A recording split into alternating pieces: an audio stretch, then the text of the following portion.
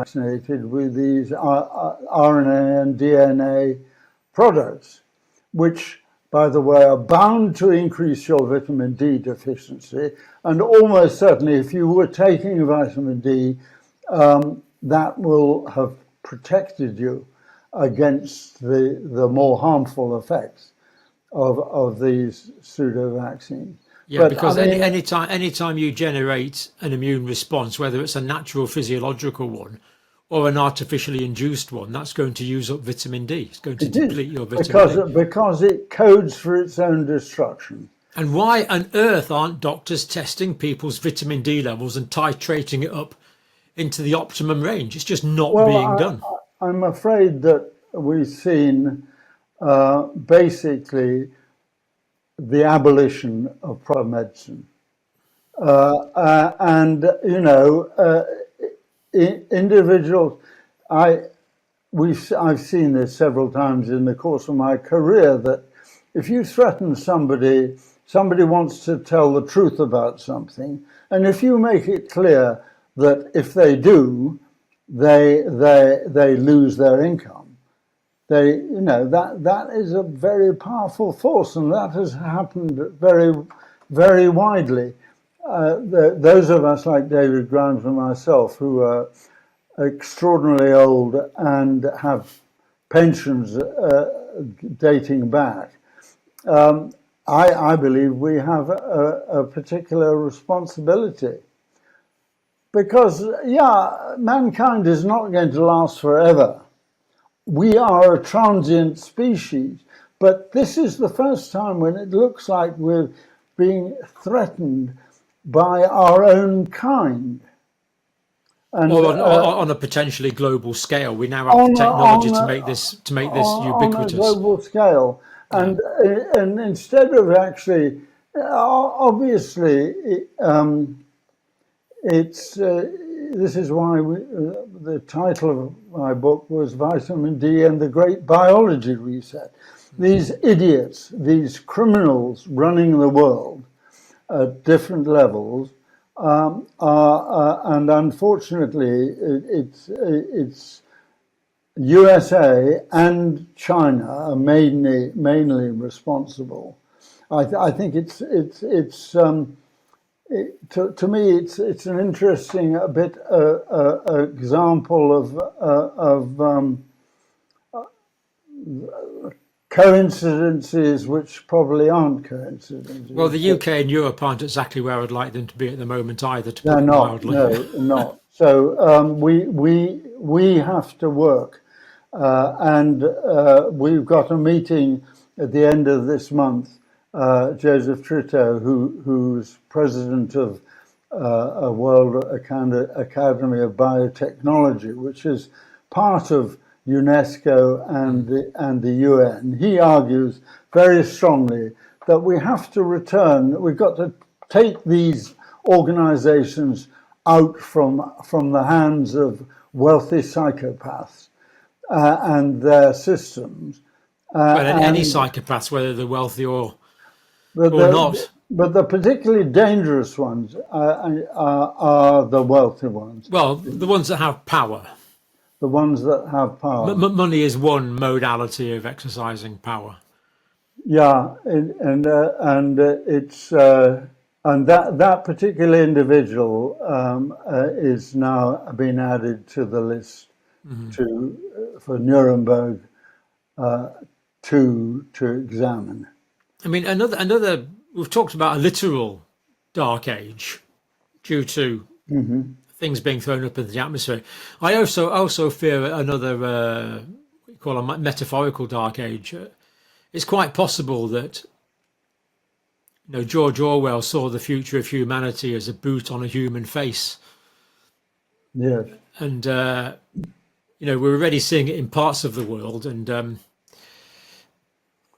Well, we have the global technology now to do this. This is the point. The technology now exists to control populations. The technology exists to control world finances. The technology exists to control where people live or don't live. And your health is under threat. I argue very strongly that big pharma should just be abolished. Sorry, big pharma has no place. With small pharma, which is making small amounts of vitamin D, Lasix, all the other drugs, we don't need any more drugs. What we do need is better natural immunity. So we need to boost our natural immunity. So we don't need to vaccinate our children and give them autism. We don't need to vaccinate our old people and give them Alzheimer's disease.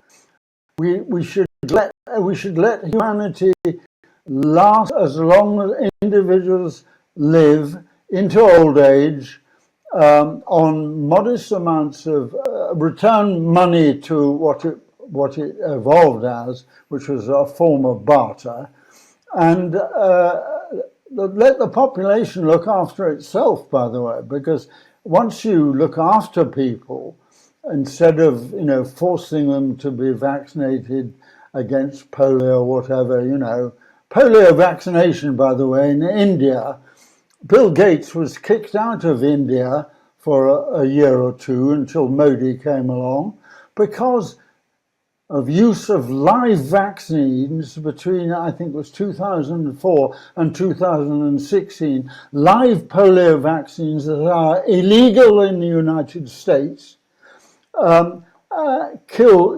caused vaccine paralysis, identical with poliomyelitis, in at least 500,000 children in India. Think about that. It's appalling that an individual who knows nothing about medicine, cares less, is obsessed, as indeed his family were for many years, and the Rockefeller family too, with the problems of overpopulation.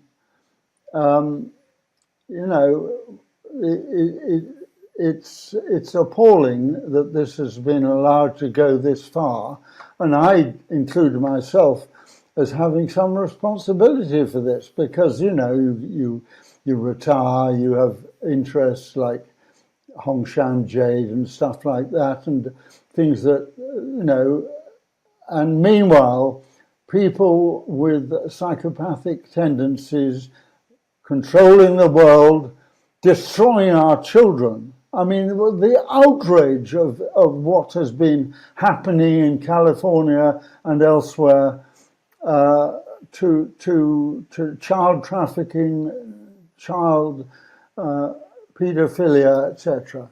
And that's without even thinking about children before they're born. Absolutely, yeah, absolutely.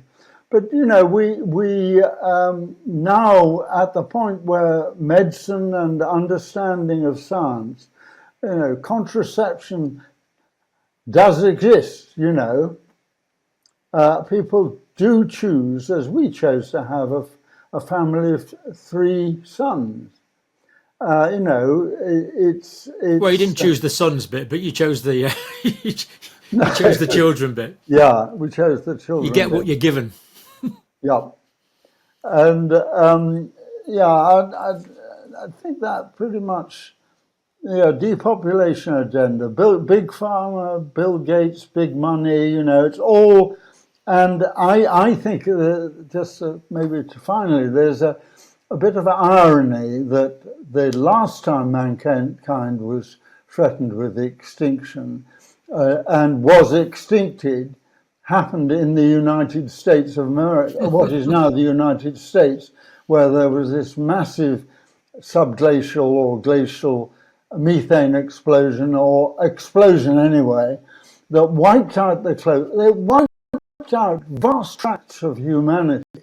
And if you look at Lavallette's book, Earth Under Fire, he gives, there's something like 500 myths, in ancient cultures, describing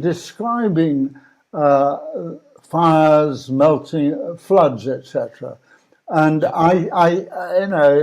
it's such a shame. It's a great shame that there's a tremendous amount of censorship of academia, of all kinds. We're no longer in the age, the short-lived age of enlightenment. Yeah, it was good while it lasted, wasn't it? It was, but From Isaac Newton up till about the year 1995. yes, it may have been earlier than that because of the world wars. I mean,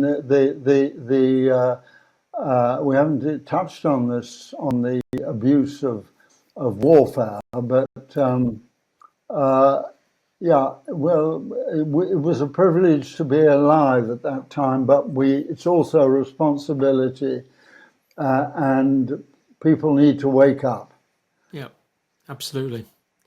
Professor, as always, plenty to think about there. I'm not sure I dare publish all of that, but we'll certainly go through it. And yeah.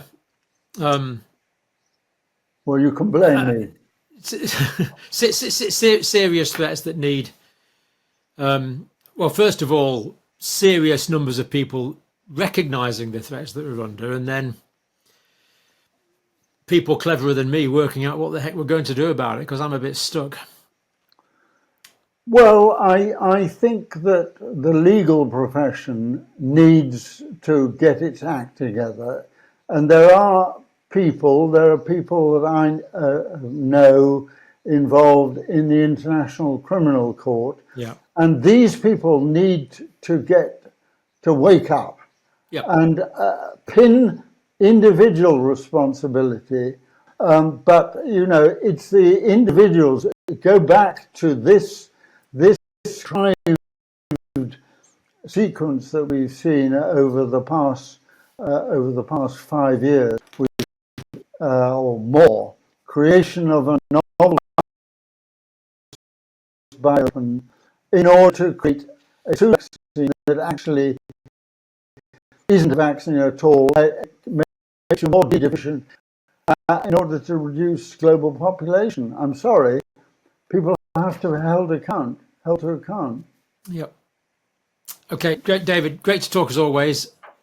Thanks Talk very again, much. and Thanks, there'll be lots John. of comments. I'm sure. Do feel free to go through and answer them. And and I do have. I do actually. We've got a few hundred hard copies in English. oh yeah. And We'll put the links to get the book. And they can pay for it.